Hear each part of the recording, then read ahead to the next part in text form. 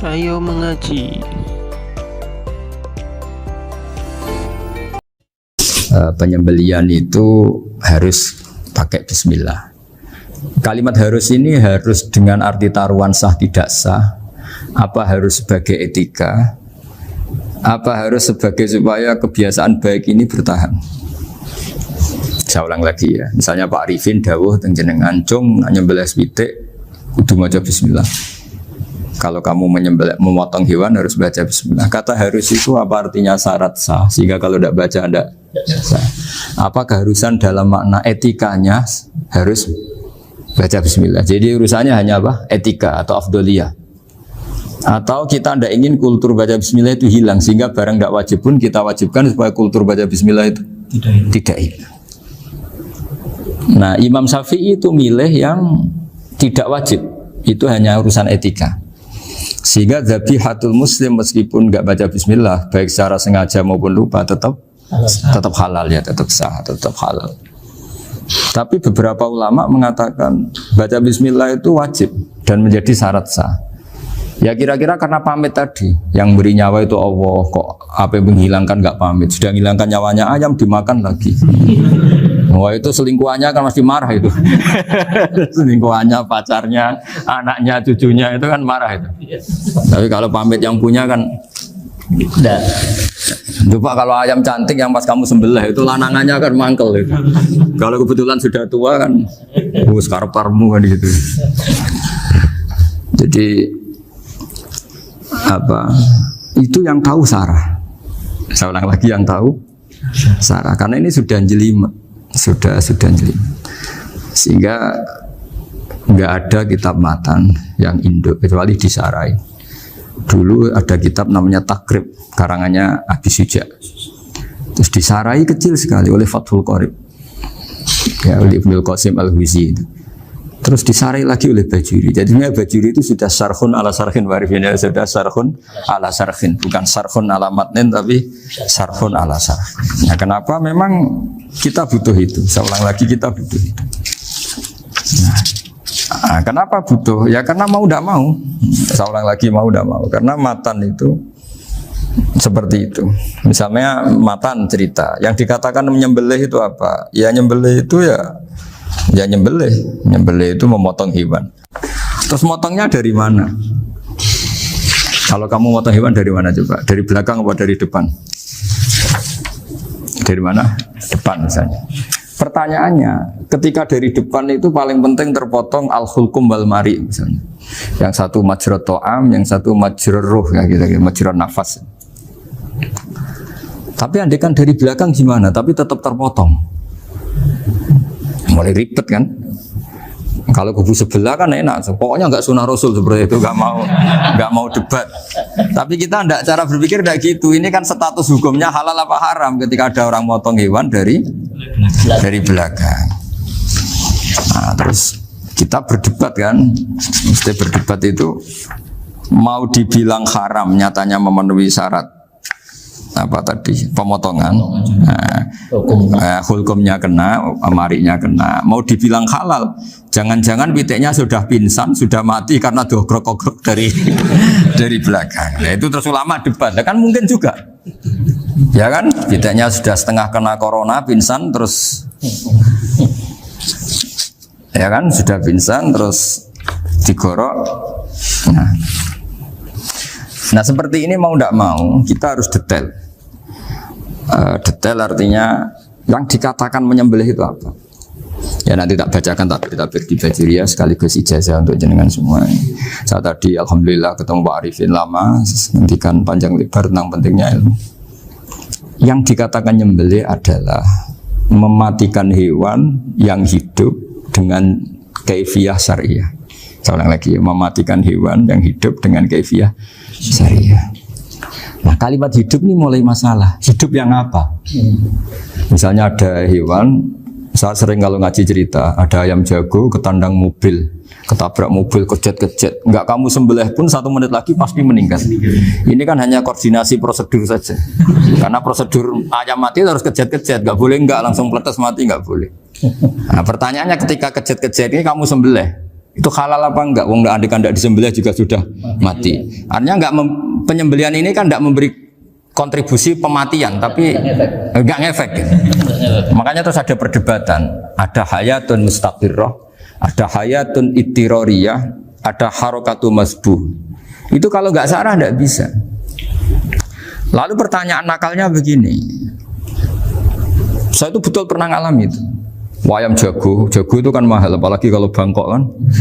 Saya pas jalan-jalan sama anak saya, sama jalan-jalan mau ke pasar itu di pertolongan dua rumah. Gus halal toh ora? Karena tanya orang awam, halal kata saya. Padahal andai kan tidak disembelih ya pasti mati. Suatu saat ada yang mengkonfirmasi lagi. Saya bilang kalau kiai ya tidak pantas makan ayam gitu, tapi kalau kamu tidak kiai ya pantas saja. Daripada rata halal lo geremeng eman kan ribet. Nah sebetulnya itu dalam mazhab Syafi'i itu tidak halal karena dia sudah tidak punya hayatun mustaqirrah. Karena tadi setengah menit lagi atau 1 menit lagi pasti mati. Kan dia belum mati karena koordinasi Israel saja tetap yang nyambil itu. Tetap kan nggak segampang itu kan, tetap prosedur apa? Jalankan SOP. SOP-nya harus ada. Nggak boleh mati selonang-selonang itu nggak boleh. Tetap ada SOP kata Pak Arifin ada SOP. Dia kalau sama saya bisa guyon kalau. Nah, tapi misalnya nanti pertanyaan, tapi dalam mazhab Maliki itu diabaikan, hayat mustaqirrah, hayat ittiroriyah, hayat itu diabaikan. Cara berpikir Imam Malik lebih matematis. Kalau nggak disembelih itu matinya berapa menit? 1 menit lagi. Gara-gara disembelih dia mati sekarang. Berarti eksekutornya ya peso itu. Ya berarti peso itu memenuhi kriteria mematikan sesuatu yang masih hidup, hewan yang hidup dengan cara syar'i.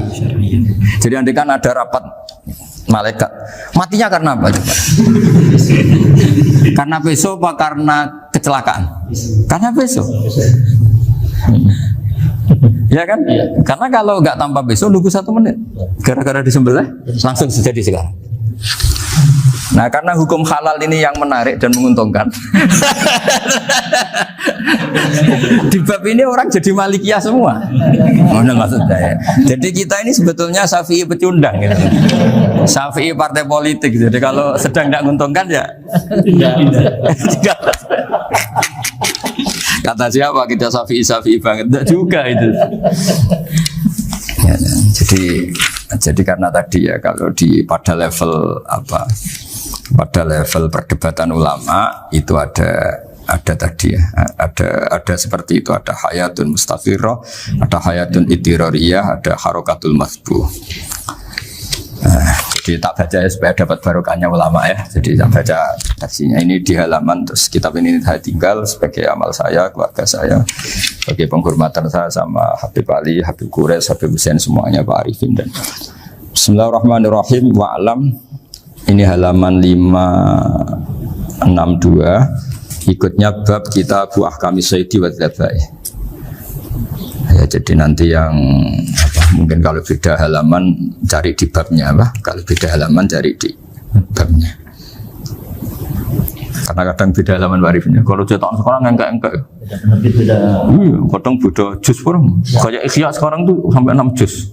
Zaman kita ngaji kan 4 ya. 4 juz. Sekarang ada yang 6, ada yang ribet cetakan sekarang ya. Di atas ada 10. Satu Ikhya itu. Hurufnya dibesarin. Ikhya biasa. Iya, ada yang sama. Karena ngerti zaman akhir paling sudah agak buta huruf.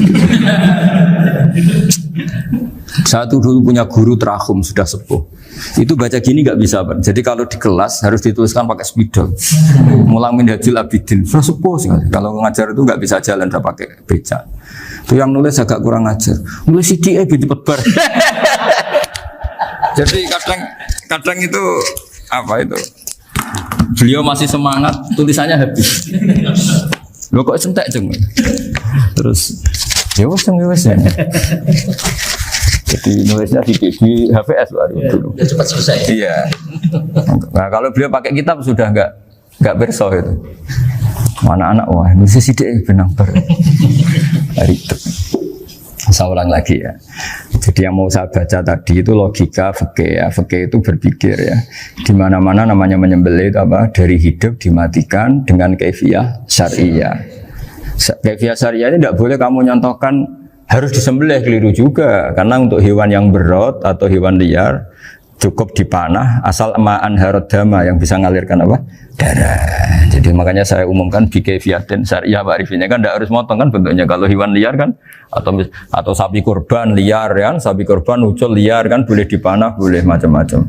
Nah kalau tembak bisa diperdebatkan karena ada unsur api Pak Arifin. Jadi bisa debat. Meskipun ada yang bilang boleh tapi bisa debat lagi kan? Karena ada unsur apa? Api Pak Arifin. Iya.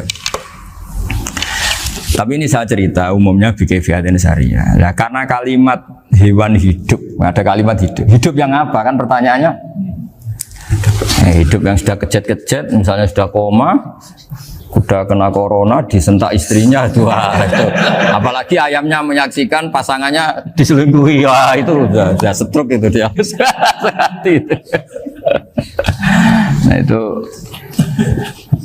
makanya kalau orang suka macam-macam itu kayak ayam makanya itu. Saya baca ya. Bismillahirrahmanirrahim. Wa'lam annahu yujadu fi ibaratihim hayatun mustaqirrah, hayatun mustamirrah, harakatu mazbuh. Wa yuqalu aisyu mazbuhin. Wal farqu bainaha annal hayata al mustaqirrah yakunu maha ibsarun bi ikhtiyarin wa nutqun yu bi ikhtiyarin wa harakatun ikhtiyariyah. Wal hayat al mustamirah ya allati tastamiru ila khurujir ruh minal jasad. Wa harakatul masbuh ya allati la yabqa maha ibsarun bi ikhtiyarin wa la nutqun bi ikhtiyarin wa la harakatu ikhtiyariyah. Bal yakunu maha ibsar wa nutqun wa harakatun ibtirariyah ini. Wa ba'duhum farraqa bainahuma. Sampai saat terus ini. Jadi ini perbedaan-perbedaan pandangan ulama. Nah, Imam Malik itu mengabaikan semua istilah itu. Sing penting pas mbok sembelih iku kecelok urip, cara wong Jawa iku kecelok urip. Cek hayat mustaqirrah, cek ittirariyah, cek harakatu mazbuh, pokoknya kecelok urip. Ini kecelok urip bisa dibilang masih hidup. Karena kalau bisa dibilang masih hidup, kamu sembelih, tetap nanti rapat malaikat kira-kira gitu. Ini matinya karena apa? Karena kecelakaan. Oh, kalau kecelakaan 1 menit lagi matinya dong. Tapi kan matinya sekarang ya karena disembelih. Nah tadi saya bilang sebenarnya madzhab Syafi'i itu tidak seperti itu. Karena Imam Malik menghalalkan, biasanya penggemarnya lebih banyak. Di bab bangsa halal itu kan penggemarnya masih banyak. Tapi ya sudahlah, itu masih ahli sunnah karena salah satu dari madzhab 4. Tapi logikanya juga masuk. Jadi kita bukan sekedar taklid ke Imam Malik, tapi kalau kita ikhtiyat ikut Imam Syafi'i, ya monggo. Karena mungkin secara medis, karena mengalami seperti itu, mungkin tingkat kesehatannya apanya sudah. Ya sudah lah, yang penting makanya terus orang Jawa pinter, nak PTE jago ya halal, nak cilik enggak lah. Itu kan ibarat perdebatan antara kepiting sama yuyu. Yang menghalalkan kepiting itu mengharamkan yuyu. Tahu yuyu yang kecil di sawah ya? Tak tanya, kenapa yuyu halal? Karena amfibi Gus, bisa hidup di dua alam. Memangnya kepiting enggak? Oh beda. Ternyata beda maksudnya. Eman Gus kalau haram. Eman kan kalau yuyu haram kan nggak ngefek kan kecil. Ini mufti kok. Oh udah kadang halal, udah kadang makan selama ini. Iya selama ini udah kadang makan itu. Makanya banyak kiai yang mengharamkan kepiting sebetulnya, tapi minoritas kan. Minoritas. Tapi yang mengharamkan yuyu mayoritas, wong kecil aja. Jadi kita ribet ikut siapa? Gitu. Kata siapa? Ahli fikih gak mikir untung rugi. Makanya saya ini bingung, jadi saya ini kan kiai ya, kiai betul, susah kadang jadi kiai. Sebagian guru saya itu mengharamkan kepiting. Nah kalau kayak dolan di daerah Juwono Mas Nafis, daerah itu penghormatan tertinggi santri itu kalau nyugoi kiainya kepiting karena itu makanan termahal. Bingung kan dia? Mau tidak makan itu kayaknya dipersiapkan betul Pak Ribon. Udah ada effort ya. Warna nyari yang mahal kan. Mau makan itu sebagian guru kita mengharamkan. Akhirnya ya ad-darurat tadi, makan sekadarnya. Kalau saya habis 3 pasti israf. Kalau habis 1 prosedur hormat yang nyugui. Itu susahnya jadi kiai. Kalau kamu kan tidak kiai, mumpung gratis. Enaknya gak jadi kiai kan itu Mas. Pertimbangannya mumpung gratis. Sudah gitu masih mun dibutuh mawon, makai dibutuh mawon. Oh digawa tenan. Tapi sebetulnya ada sisi naif dari yang bilang halal tadi. Ketika yang bilang halal, naif itu versinya, tapi ya nggak apa-apa, semoga dimaafkan Allah. Naifnya tadi, tapi saya tidak tapi itu masalah khilafiyah ya. Semoga yang mengatakan halal juga benar, karena punya perhitungan iman tadi. Tapi yang bilang halal itu tak tanya, Yuyu itu halal apa haram? Lucunya jawab haram semua. Yuyu bahasa Indonesia nggak ada kayaknya. Tidak tahu juga saya apa. Yang penting paham tapi Yuyu yang kecil itu. Itu kalau diharamkan nggak ada yang protes ya? Nggak ada. Tapi kalau kepiting? Ini pakai model apa? Coba Pak Wafa, kalau alasannya amfibi, Yuyu sama kepiting sama enggak? Kalau alasannya amfibi, hidup di dua alam. Sama-sama. Sama-sama. Kenapa kepiting jadi halal? Besar.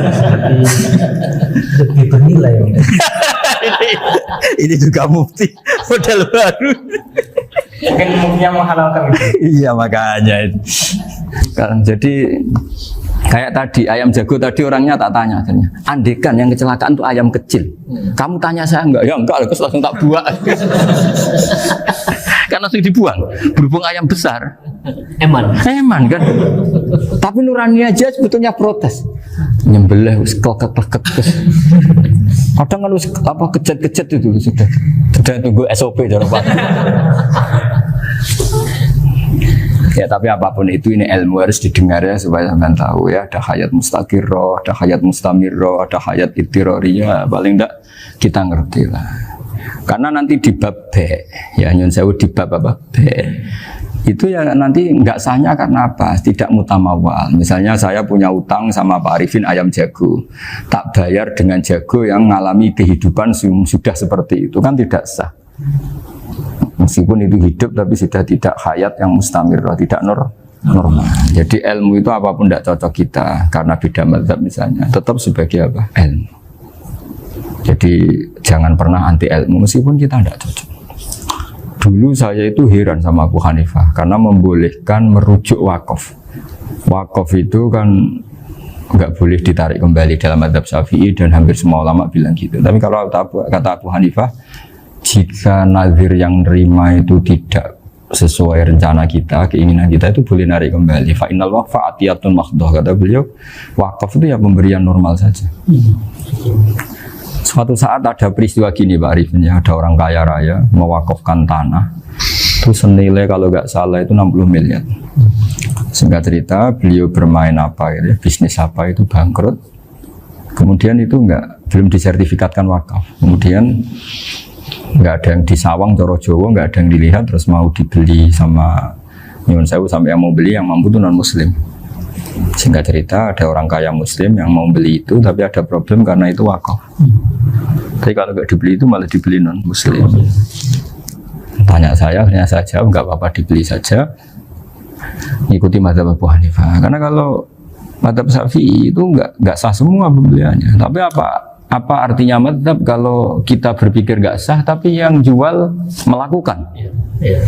Nah itu yang nggak dipikirkan oleh orang-orang fikih yang di Menara Gading. Apa gunanya kita bilang nggak sah, tapi yang punya tanah tadi tetap menjual. Karena tidak mengindahkan hukum itu, mau apa? Makanya saya bilang ke Mbak Kiai tentang Gus itu nggak ada kaulnya dalam mazhab Syafi'i. Saya bilang kamu mengharamkan itu sudah tidak ada gunanya karena itu tetap dilakukan. Jadi kita pertimbangannya ndak itu, daripada dikuasai situ mendingan kita. Betul. Nah itu sisi-sisi fikih. Makanya ini kita ngaji fikih ndak segampang itu memberi fatwa karena pertimbangannya banyak Pak. Hitam putih. Ndak hitam putih gitu maksud saya, ini cerita. Jadi nanti kamu ngerti. Jadi mau apa coba? Itu kan ibarat gini. Hukumnya kita ngajar perempuan itu masalah sebetulnya secara karena itu ajnabiyah. Tapi fikih mentoleransi li ajli ta'lim karena untuk belajar enggak apa-apa. Kalau sudah jadi fakta itu ribet. Dia maunya belajar sama kamu dan sekali kamu enggak mau belajar ke yang lain yang potensi menyesatkan.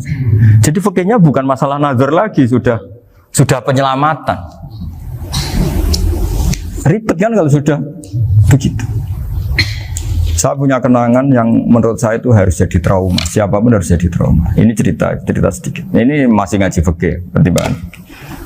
Ada orang itu sangat khusyuk, Pak. Sangat khusyuknya di rumahnya Pak Wafa itu nggak ada TV, nggak ada motor, nggak ada apa saja.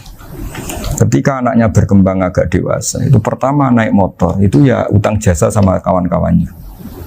Pertama dia ngelihat nikmati TV ya dari kawan-kawannya. Corong Jawa mbek tanggane lah. Padahal orang tuanya ini protektif justru karena banyak tanggane sing nggak pati Islami lah. Ya mereka orang Islam tapi ya nggak sholat, nggak apa. Singkat cerita orang tuanya ini datang ke rumah sana nangis. Nangis Gus, sekarang saya ikrar bahwa mazhab Abah jenengan Kiai Nur Salim, bapak saya itu mazhab jenengan itu luwih hebat timbang mazhab kula. Nangis dia. Dulu saya itu agak menyalahkan Kiai Nur Salim jenengan karena longgar di rumah ada TV, ada motor. Terus dia cerita. Nah karena anaknya ini pertama bisa naik motor, untuk anak ABG ini kan jasa yang luar biasa. Karena dia butuh sekali bisa naik motor, dipinjemin. Akhirnya walhasil anaknya ini yang saya merantau ke Jakarta kemana? Akhirnya lam yusolli wa lam yasum. Padahal anaknya ya kiai kampung. Terus tak ceritanya. Terus akhirnya dia tanya, kenapa sih Gus jenengan sama Abah kok longgar gitu sama anak? Terus tak ceritanya gini Pak Arifin. Menurut ilmu al-insan abdul ihsan, manusia itu budaknya kebaikan.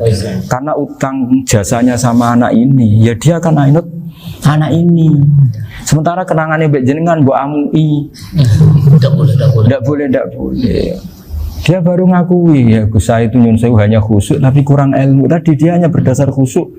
Bocah kok main delok TV kan pikirannya hanya gitu. Ini cerita ilmu, saya bukan menjustifikasi manapun, ini kan cerita ilmu Pak Arifin ya. Jadi semuanya itu ada hitung-hitungannya. Coba kalau kita terlalu stakung be anak pertama naik motor jasanya orang nggak sholat ya, pertama roh TV jasanya orang nggak sholat. Coba terikatnya anak ini sama kita apa sama orang itu? Sama orang itu. Bayangkan kalau umur ABG, kalau umur sak pari pun Pak Wafa ini nafsu astagfirullah kan. Gue coba tua nome orang. Gaya tok, bareng tua udah khusus gue gaya tok. Aslinya namanya bodoh. Ya saya sama semua. Cuma saya akan lebih jujur dari biasa.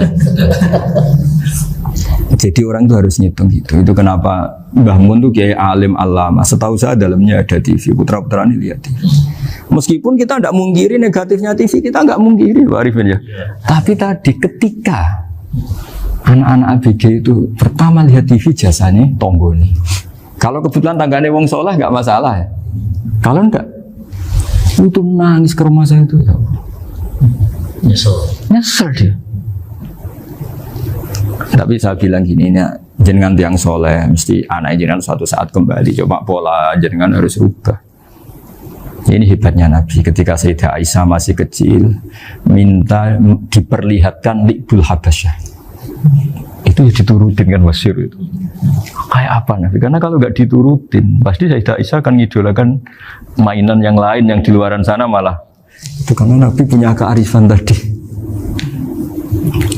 Jadi ini kan ilmu, lagi-lagi ilmu. Jadi yang semua itu harus dibaca dengan ilmu. Makanya kata Nabi, ad-dunya mal'unatun mal'unun fiha illa dzikrawah wa ma'alahu aw aliman aw muta'aliman. Karena dunia ini hanya bisa dibaca dengan ilmu. Yang diridai Allah maksud saya hanya bisa saya itu banyak kenal menteri, kenal pejabat. Tapi saya tidak pernah melihat itu sebagai pejabat. Melihatnya itu orang yang ingin belajar agama. Karena sekali salah melihat, yang hidup itu tamaknya Pak Arifin. Yang hidup kan tamaknya. Saya kenal orang kaya kok melihat kaya, yang hidup itu tamaknya. Ingin dapat ini, dapat. Tapi kalau melihat itu sebagai hamba Allah yang ingin belajar, insya Allah kita selamat dari tamak. Meskipun kita ya manusia tidak sempurna. Setidaknya ketika dia lomo atau tidak lomo, nyalami template apa tidak ngefek. Karena kita melihat ini mau belajar.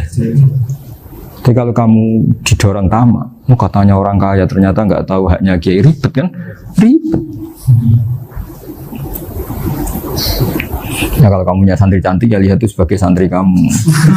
Jangan melihat ini mau nggak sama saya, kalau enggak ya bahaya, ribet kalau gitu. Ini anak-anak muda harus dilatih ikhlas, bahaya. Ini santri-santri sampean kalau nggak dilatih ikhlas ini bahaya. Karena ini belum punya penggemar pejabat, paling ya anak-anak yang ya tadi ABG. Jadi lah Sarah kembali lagi Sarah itu membicarakan itu detail. Jadi ya makanya kenapa orang mati yang lahir langsung meninggal itu nggak wajib disolati. Alasannya fikih ya lucu. Karena dikatakan sholat mayit, di mana-mana mayit itu sabakohu hayatun. Di mana-mana namanya mati itu terdahului oleh hidup. Nah ini nggak pernah hidup langsung mati. Jadi begitu ya kadang lucu. Ya gitu aja alasannya. Kamu nyolati apa? Mayit. Kenapa kok mayit? Ya, mayit itu namanya mayit. Orang mati. Orang mati. Orang mati artinya pernah Hidup. hidup. Lah itu sarah. Jadi ketika matan hanya cerita wasiktu alladzi lam yastahila, enggak pernah nangis, kayak lam yusalla alaih. Sarah bilang mergo ora tahu urip. Kalau enggak pernah hidup berarti enggak bisa dikatakan mati. Kayak sampean miskin itu kan enggak bisa dikatakan bangkrut. Ya, ya miskin aja gitu loh. Kan gitu ya. Karena enggak pernah kaya. Enggak udah kaya. Kayak Mas Nafis enggak bisa dikatakan, "Oh, itu Qur'annya lupa." Lupa gimana? Enggak pernah hafal. Jadi yang dikatakan lupa itu pernah hafal. Enggak lupa enggak apa, Gus, Qur'annya lupa. Gaya enggak pernah hafal kok bilang apa? Lupa gitu. Enggak boleh Pak Wafa bilang, "Saya ini bangkrut." Bangkrut apa? Enggak pernah kaya kok bangkrut kan. Jadi semua itu ada aturannya itu. Nah itu sarah, lagi-lagi sarah. Jadi kita kan banyak yang sarhun ala sarhin. Jadi kayak kitab takrib itu disarai Fathul Qorib. Jadi Fathul Qorib itu sudah sarah. Disarai lagi Bajuri. Nah, itu termasuk cerita itu ya. Cerita-cerita. Bismillahirrahmanirrahim. Ya, wa yakunu qad umma dzukira daf'atan wahidatan la fi daf'ataini. Islam tujad al hayat al mustaqira inda daf'atis saniyah. Amma idza wujidat al hayat al mustaqira inda daf'as saniyah fayakhilu al masbuhu aidan. Fasartu wujudul hayat al mustaqira fi ibtida'il wati akhir marrah. Wa makharu dzalika inda tulil fasli wa illa falarafa as-sikina wa ada fawran aw alqaha liqaniyaka latan wa akhadha ghairaha fawran aw saqatat minhu wa akhadha ghairu halan aw qallaba wa qata abiyama bagi hal al masbuh. Jadi ini masalah sarah. Sarah itu sudah detail. Misalnya gini, kamu motong ayam. Motong ayam harus sekaligus shred jadi. Jangan sampai nyuwun sewu 2 kali. Jangan-jangan misalnya gini, ayam tak potong pas ke kiri separuh. Ya, ke kiri separuh apa hulkumnya. Pak Arifin datang, "Assalamualaikum Gus Pak." Waalaikumsalam. Terus santai jagungan dulu. Jagungan sampai besoknya itu enggak meneruskan. Bareng-bareng malah salam, ingat lagi ayam saya ini. Ketika saya meneruskan ini, potensi ayam ini sudah mati atau sudah hidup yang ini masih mazhab Syafi'i loh ya. Atau sudah hidup yang sudah tidak normal. Artinya apa? Penyembelian kedua yang mengeksekusi tadi sebenarnya mengeksekusi barang mati. Yang penyembelian pertama tidak bisa dikatakan penyembelian karena tidak sampai mati. Penyembelian kedua berstatus setengah mati. Nah kalau seperti itu maka haram. Kecuali itu dilakukan secara fauron. Fauron dicontohkan nyembelih ternyata pesunya kedul terus ngambil yang lain. Tapi fauron langsung atau terjatuh ngambil langsung. Ya itu boleh karena ditoleransi. Tapi kalau kalam ajnabi kata tadi omongan Pak Arifin, seperti Pak Arifin, alhamdulillah sih. Jaminan mau rawuh dari ayamnya asem mana? Ini harus sebar. Ini orang ngawur betul. Jadi, lah itu sarah. Bicara sampai detail itu sarah. Jadi ada sekian kemungkinan. Jadi ya, jadi termasuk yang diandaikan apa? Nah, hayat mustaqirah itu batasnya yakunu maha ibsorun bi ikhtiyarin wa nutkun bi ikhtiyarin wa harakatun ikhtiyariyah. Hayat mustaqirah itu kalau dia betok-betok itu ya karena karepnya. Maksudnya gini, gamane cara roh pitik wedok engkek yo cek karepe dhewe. Cara dia melihat peso itu karepe ya masih lari. Jadi misalnya ada ayam. Ayam kita sembelih baru luka sedikit. Belum sampai andaikan dibiarin ya mungkin suatu saat sembuh, luka. Terus melihat kamu lari ketakutan karena kamu dianggap gladiator, killer lah. Nah itu berarti punya hayat mustaqirah. Tapi sudah kalau kamu sembelah karek ngeriwit, roh kue serawedi, ya kan? Mau demo ya sudah nggak berkutik, ya dia berarti tidak punya hayat mustaqirah gitu. Ya batasannya itu Joro. Nah. Dalam mazhab Syafi'i, syarat sahnya penyembelihan harus hewan itu punya hayat mustaqirah. Nah ini sarah ya, jadi sarah itu lebih jelimet. Nah makanya kenapa tidak boleh nyembelih pakai yang tumpul Mas Nafis? Takutnya ayamnya itu ngalami dohtoh, dohtoh kok ditekek. Misalnya sama nyembelih pakai peso tumpul, ini ketekek, takut Kan dia misalnya ayamnya jantungan, roh peso wis stroke kan, udah gitu ketekek. Nah itu mati dulu pasti itu. Siksa. Jadi pas diongok-ongok dia sudah mati. Jadi nanti kalau di akhirat, sebenarnya saya sudah mati loh, ngawur.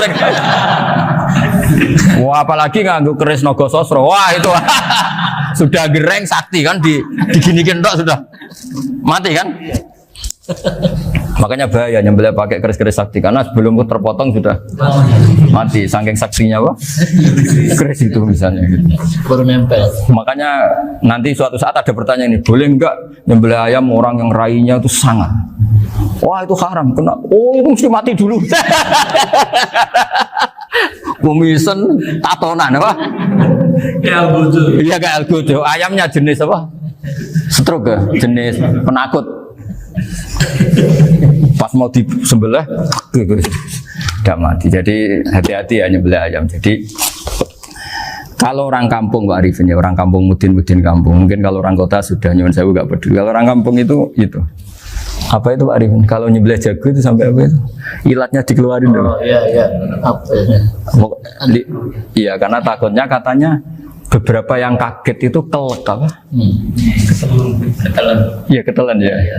Itu ya ada kearifan gitu, tapi ya terlalu ya menyiksa ayam. Tapi memang potensi katanya Pak Arif. Katanya yang ahli-ahli itu ya.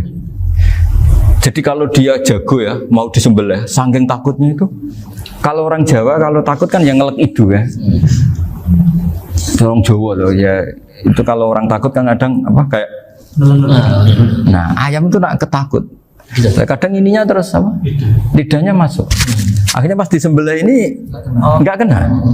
Nah, makanya terus banyak mudin yang punya ikhtiar tadi. Pernah lihat apa yang ayam jago itu? Ilatnya ya, itu ya tidak wajib cuma tidak bisa kita salahkan. Tapi kata penyembelih yang ini tak tanya eksekutor yang lain, pokoknya rodok dipenegus. Iku seraiso. Saya belum pernah nyembelih ayam karena ini kan selain nggak profesi saya juga nggak mentolonan saya. Tapi ini beberapa kefiah yang penting kita tahu ilmunya. Yang paling pokok itu qatul khulqum wal mari. Ya kira-kira dalan sing digo nafas sama digo makanan tadi. Ya tapi itu tadi caranya semua itu harus mengalami atau masih punya hayatun mustaqirah.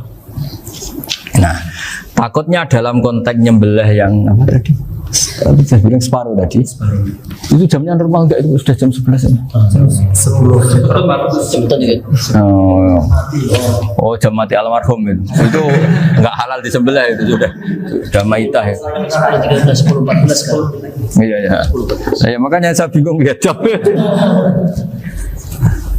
Ya jadi itu Pak Wafa ya pentingnya sarah itu seperti itu. Matan itu kan asal nyembelih saja, tapi di sarah diterangkan jangan hanya nyembelih, yang disembelih harus ada hayatun mustaqirah karena dikatakan penyembelihan adalah menghilangkan nyawa dengan cara yang syar'i. Nah, kalau nyawanya saja sudah hilang bukan nyembelih gitu. Nah potensi itu ada ketika jago kamu sembelih pakai yang tumpul. Ini ada dohtoh. Loh hewan itu juga kayak manusia loh karena punya hati. Ketika takut saja mati. Nah takutnya ulama kan ini ngalami dohtoh. Kayak orang ditekek kan mati kan. Ditekek kaget. Contoh gampang gini. Orang ditekek perempuan kemungkinan mati itu kecil. Karena murni hanya ngalami pernafasan. Tapi nak ditekek wong gagah tatonan kan terus dua reaksi tubuh. Takut sama gak bisa bernafas. Itu kan lebih cepat apa? Mati. Kira-kira kan gitu. Lah ini sudah takut dongok-hongok itu kan nyiksa. Saya sering ketemu orang yang ahli nyari ular, nyari apa. Itu ya gitu. Filosofinya sama seperti orang perang. Harus bikin takut. Iku kewan Gus nak disewentak, iku telelekan, jadi telelekan iku apa Pak Anda bicara bahasa Batawi ini? Orang kaget terus terpaku itu. Teorinya Khalid bin Walid kan gitu. Kalau perang supaya musuh takut. Kamu tahu kami siapa? Gertak gitu. Ayat ji'na biqaumin yuhibbunal mauta kama tuhibbunal hayat. Kita ini bawa pasukan yang mereka mencintai mati kayak kalian mencintai hidup. Pasukan kami ini darwis, berani modar ya wis gitu. Kira-kira gitu kalau bahasa Jawa itu. Gertak mati. Berani mati. Akhirnya musuhnya kan Nah, di antara syaratnya perang kan gitu, harus bikin musuh itu takut, Ya. gemeter. Bentar. Nah istilah lelekan itu gampang gitu loh. Lelekan itu pokoknya tadi loh Arifin, kepaku tadi. Nah, enggak berkutik. Paham ya? Nah jangan-jangan ayam yang kita sembelih mau wis wedi dongo-dongo mati duluan gitu. Nah makanya terus kata musannaf kalau bisa itu wa yakunu madzukira bidafatin wahidah. Kalau itu usahakan sekali jadi. Tapi itu bukan berarti syarat sahnya harus sekali jadi. Kira-kira karena tadi nggak kebayang kan kalau baru separuh tak Assalamualaikum Gus Pak, Waalaikumsalam Pak Arifin, sebuti kabarnya. Baru itu terus ingat, diteruskan lagi. Kemungkinan ini sudah mati apa? Nah makanya ya tapi lagi-lagi ini sarah ya tak baca Bismillahirrahmanirrahim wa yakunu qad umadzukira daf'atan wahidatan la fi daf'ataini fa innahu yahrumul masbuh hina itu.